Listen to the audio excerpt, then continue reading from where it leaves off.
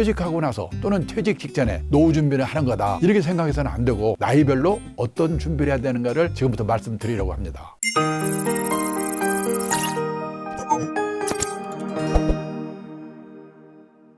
100세 시대에 퇴직 후에 30년, 40년 후반 인생 행복하기 위해서는 현역 시절부터 준비를 해 나가야 되는데 연령대별로 볼 때 20대, 30대는 어떤 일을 해야 되고 또 40대에, 50대, 60대에는 어떤 준비를 해야 되는가 하는 내용을 말씀을 좀 드려보려고 합니다. 어떤 분은 40대 분이 이 강의를 들으신다면 20대에 했어야 될 일을 소급해서 지금부터라도 준비를 서두르시는 게 중요하고 또 20대 분이 들으신다면 20대 해야 할 내용에 대해서 준비를 하면서 앞으로 40대에는 이런 문제의식을 가져야 되고 50대, 60대는 이런 문제의식을 가져야 되는구나 하는 거를 한번 미리 생각해 보셨으면 좋겠습니다. 우선 이제 퇴직 후에 행복하기 위해서는 어느 정도의 자산이 있어야 되는데 우리가 자산이라고 말하게 되면은 실물 자산, 대표가 집이지요. 부동산이죠. 그리고 현금, 예금, 주식, 채권, 펀드, 보험, 연금 이런 금융자산 이 두 가지 자산만을 생각하기가 쉬운데 사실은 제가 지나고 보니까 더 중요한 게 뭐냐면 무슨 일을 하고 살 건가 또 이 일에서 성공하는 게 훨씬 더 중요하더라고요. 그게 뭐냐면 인적 자본 투자를 열심히 해야 되거든요. 그러니까 인적 자본 관리는 또 어떻게 해야 되는가 이런 얘기도 좀 말씀을 드리도록 하겠습니다. 제가 이제 지금 76세가 되고 보니까 그때 좀 이렇게 했어야 되는구나 그렇게 해서는 안 되는 거였구나 이런 거를 많이 깨닫게 됩니다. 그런데 76세에 깨닫게 되면은 그때 가서 새로 인생을 살 수도 없고 방법이 없거든요. 그때 그 주어진 상황에 맞춰 사는 방법밖에 없고요. 결국은 보니까 젊은 시절에 직접 경험은 어렵지만 간접적인 경험을 통해서 미리미리 깨닫고 준비하는 게 참 중요하구나. 그런 면에서 저는 참 운이 좋아서요. 제가 젊은 시절에 몇 번의 그 간접적인 경험을 할 기회가 있었습니다. 저는 그거를 참 행운으로 생각하고 감사하게 생각하면서 오늘의 강좌와 관련된 거 3가지만 간접 경험에 대해서 말씀을 드리면요. 제가 대학교 다니다가 군대를 갔다 와서 다시 복학생이 돼가지고 졸업하기 직전이었는데요. 우연히 어느 성직자의 강의를 들을 기회가 있었는데 그날 어떤 내용의 강의를 했는지는 지금 생각이 안 납니다. 근데 그분이 강의한 것 내용 중에 저한테 휘리 꽂힌 말이 한마디가 있었는데요. 프랑스의 철학자라고 해야 되나요? 작가라고 해야 되나요? 장폴 사르트르가 했다는 말을 인용하시면서 인간은 타인의 눈길에서 지옥을 경험한다. 우리가 남의 눈에서 벗어나야 앞으로 이런 일들이 가능하다. 어떻게 보면 의식의 자립이 중요하다. 이런 얘기를 하시는 거예요. 제 인생을 살아오면서 여러 가지 우리가 남의 눈 때문에 전전긍긍할 때가 많은데 그때마다 그 말이 생각이 나고 거기서 용기를 얻고 다른 사람도 다 나와 같은 마음이겠지. 그런 생각을 하면서 소화를 시킬 수가 있어서요. 지금도 참 그때 그 말을 들은 걸 아주 고맙게 생각하고 있고요. 그다음에 제가 또 첫 직장이 한국거래소였는데 입사해서 주니어 시절에 일본 동경증권거래소, 한국거래소와 자매관계에 있었기 때문에 가서 연수를 받을 기회가 있었거든요. 그 연수를 받으면서 보니까 그때 일본의 노인 비율이 전체 인구 중에서 8% 정도였는데 지나고 보니까 지금 우리나라는 전체 인구 중에서 노인 비율이 18%거든요. 그러니까 현재 우리나라 노인 비율에 그때 일본의 노인 비율은 절반밖에 안 되는데 많은 60, 70 됐을 것 같은 노인분들이 일을 하는 사례를 많이 본 거예요. 그걸 보면서 나이가 들어도 뭔가 일을 해야 되는 거구나. 근데 그런 일이라는 게 폼나고 권한 있는 일은 젊은 사람한테 주고 저런 식의 그 허드렛 일을 해야 되는 거구나. 나도 저 오래 살아야 될 텐데 저런 준비를 하고 살아야 되겠구나. 그걸 본 거가 저는 간접적인 경험으로 지금도 굉장히 도움이 되는 거예요. 그리고 또 3번째는요. 비슷한 차원인데 2000년 초에 일본에서요. 일본의 베이비붐 세대의 1세대가 저와 동갑부터 시작됩니다. 제가 1947년생인데 그 1세대 47년에서 50년생까지 이 사람들은 퇴직 연령이 그 당시에 60세였는데 몇 년 앞두고 일본의 퇴직 후의 인생에 대한 준비해야 되는 내용을 쓴 그런 책들이 많이 출판이 되었거든요. 제가 그걸 한 20권을 제가 사가지고 대부분 읽었어요. 거기에는 뭐 돈은 이렇게 준비해야 되고 연금은 어떻고 건강은 어떻고 나오는데 대부분의 책에서 강조하는 게 뭐냐면 퇴직하고 나서도 일이 얼마나 중요한가, 소일거리가 얼마나 중요한가, 평생 현역, 퇴직 후에 12만 시간 이런 것들을 강조를 하는데 앞으로 나는 내 인생의 목표를 평생 현역으로 해야 되겠구나 그런 생각을 하게 됐거든요. 그래서 제가 지금 76세 이 나이에도 일을 하게 된 계기가 됐는데 어떻게 보면 간접적인 경험한 거가 도움이 됐던 것 같아요. 오늘 이 강의를 듣는 제 후배분들이 여기서 뭔가 한 가지 그 아이디어만이라도 얻으셔서 준비를 할 수 있다면 참 저는 보람이 있지 않을까 그런 생각이 생각이 듭니다. 그리고 또 하나는요, 우리가 학교를 졸업하고 직장 생활을 시작하게 되면은 그동안에 쌓였던 그 성격을 개조할 수도 없고 그동안에 없던 능력이 새로 만드는 것도 쉬운 게 아니거든요. 저는 영어를 잘 못해가지고 굉장히 평생에 애를 먹었습니다. 그래서 이렇게 매년 연초가 되면은 학원에 등록했다가 한 달쯤 다니다가 관두고 그걸 거의 40세까지 그랬거든요. 그래서 어느 날 내가 영어를 못하는데 우연히 일본어를 배울 기회가 있었으니까 내가 이걸 활용해서 살 방법을 찾자. 영어는 포기하자. 그러고 나니까 마음이 편해지고 일본어를 이용해가지고 제가 지금 퇴직 후에 삶에 대한 여러 가지 공부한 거 이런 거가 저한테 지금 큰 도움이 되는 거예요.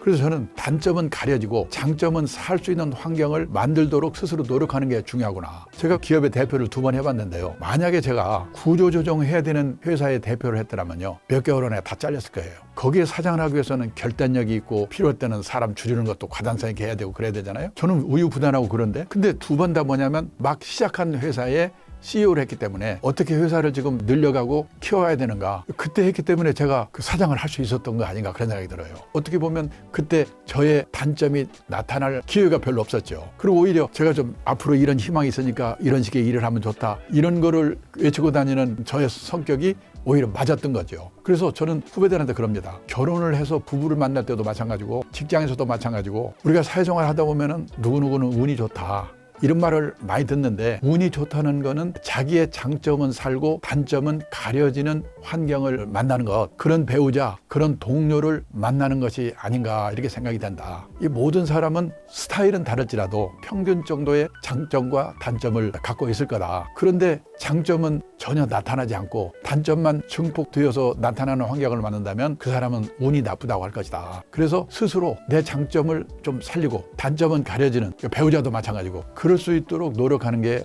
중요하지 않을까 그런 생각을 해야 돼서요. 지금 우리나라에 노후 파산 이런 말들이 유행하면서 많은 분들이 지금 불안에 떨고 있거든요. 그래서 저는 노후 파산이라는 게 왜 우리나라 이름이 이렇게 유행어가 됐는가 계기를 생각해 보니까 2013년 4년 이 무렵에요. 일본의 NHK, 우리말하면 KBS가 노후 파산 특집이라는 걸 방송했습니다. 그 일본에서 난리가 났습니다. 그 책으로 돼가지고 우리나라에도 번역이 돼서 출판이 됐는데 그거 읽은 분들이 공포 분위기입니다. 우리나라에서도요. 그때 저자가 일본에 있으니까 그 출판사에서 이 독자들 을 만나는 모임에 일본의 저자를 대신해 제가 얘기할 기회가 있었거든요. 그러니까 그때 그런 책 내용을 이야기하면요, 많은 분들이 공포 분위기인데요. 저는 책을 읽으면서 그런 생각을 했어요. 그 전까지는 일본은 노인들한테는 천국인 나라다 이런 생각을 했어요. 왜냐하면 일본의 노인들은 고성장기에 직장 생활을 했기 때문에 60살까지 잘릴 염려가 없습니다. 그리고 고성장기에는 우리도 그랬지만은 돈을 빌려서라도 땅 사고 집 사고 주식 사고 사면 올라가거든요. 재산을 모을 수가 있었어요. 그리고 일본은 우리보다 연금 제도가 일찍 도입이 됐기 때문에 웬만한 직장인이면요, 우리식으로 말하면 국민연금하고 퇴직연금 이 2개만 합치면 선생님이나 공무원이 아니더라도 보통의 직장인도 우리 돈으로 월 200만 원 정도는 다 받거든요. 그런다니까 노인들한테는 천국일 거다 그런 생각을 했는데 깜짝 놀란 게 뭐냐면요, 방송하던 그 당시에 일본의 전체 인구 중에서 65세 이상 노인 중이요, 혼자 사는 노인, 사별하거나 이혼하고 자식들도 안 사는 독거 노인이 그 당시에 630만 명 정도 있었는데요. 그 중에 200만 명 정도가 노후 파산으로 비참한 삶을 살고 있다는 거예요. 저는 천국인 나라라고 생각했는데 깜짝 놀랐어요. 왜 그러냐? 퇴직연금 제도가 있는 회사니 다른 사람은 괜찮은데 자영업을 한 분들, 농업종사자, 중소기업에서 퇴직연금 제도 없는 회사 다니는 사람들, 그런 사람들은 있는 게 우리식으로 말하면 기초연금 하나 정도거든요. 근데 일본은 기초연금의 금액이 우리보다는 많아요. 근데 1인당 최고 금액이 우리 돈으로 65만 원 정도거든요. 그러니까 부부가 같이 있을 때는 둘이 합치면 130만 원이고 일도 좀 하고 그러면 사는데요. 사별하거나 이혼하고 나면 65만 원밖에 안 되니까 어떤 사람은 한 달 식비를 우리 돈으로 10만 원으로 해결한대요. 편의점에 가서 삼각 김밥 하나 사 먹고 끝낸다는 거예요. 그 부자 나라인데, 선진국인데. 그러다가 60이나 70이 돼가지고 몸이 아프기 시작하면 노후 파산이 되는데 그런 사람이 200만 명이라는 거예요. 그러면요, 일본 사람들은 집은 다 있을 텐데 집을 팔아 살면 될 거 아니냐. 참고로 일본의 주택보급률이 113.5%입니다. 우리나라 주택보급률은 104%예요. 웬만하면 그 사람들 집이 있거든요. 근데 그 집이 내 노후에 도움이 될까? 믿을 수가 없는 거예요. 제 친구가 동경 수도권에 살고 있거든요. 28평짜리 아파트에 살고 있습니다. 그 사람들은 집을 크게 살지 않죠. 그 아파트를 1984년도에 우리 돈으로 계산해서 1억 2천만 원에 샀대요. 그게 쫙 올라가지고 일본에서 집값이 제일 비쌀 때가 언제냐면 1991년 3억 6천만 원까지 올랐어요. 제가 한 달 전에 전화해서 한번 물어봤거든요. 지금 너희 집 얼마냐? 우리 돈으로요, 3천만 원, 4천만 원에도 팔릴지 말지래요. 팔아봤자 1년 생활비가 안 되는 거예요. 그 일본 사람들은 예금을 많이 하기 때문에 예금에 넣은 돈을 헐어서 쓰는데요. 문제는 옛날처럼 60이나 70에 세상을 떠나버리면 상관없는데 100살까지 살아야 되니까 예금이 바닥이 나고 몸이 아프기 시작하면 노후 파산이 되는데 그런 사람이 그 당시에 일본에서 200만 명이라는 거예요. 지금 우리나라는 아직은 고령화의 초입 단계에 있잖아요. 지금 우리나라 많은 분들이 고령화 사회라고 해도 아직 실감이 안 나요. 왜냐하면 베이비붐 세대가 전부 후기 노령기에 들어갔을 때가 문제예요. 지금 일본이 그 상태거든요. 우리는 그렇게 가기 직전에 있어요. 지금 절벽 직전에. 그러니까 아직은 사람들이 실감을 못해요. 앞으로 10년 후, 20년 후요. 지금 일본처럼 초고령사가 됐을 때 우리가 어떻게 될 건가. 이거를 지금부터 심각하게 생각해 봐야 되는 거예요.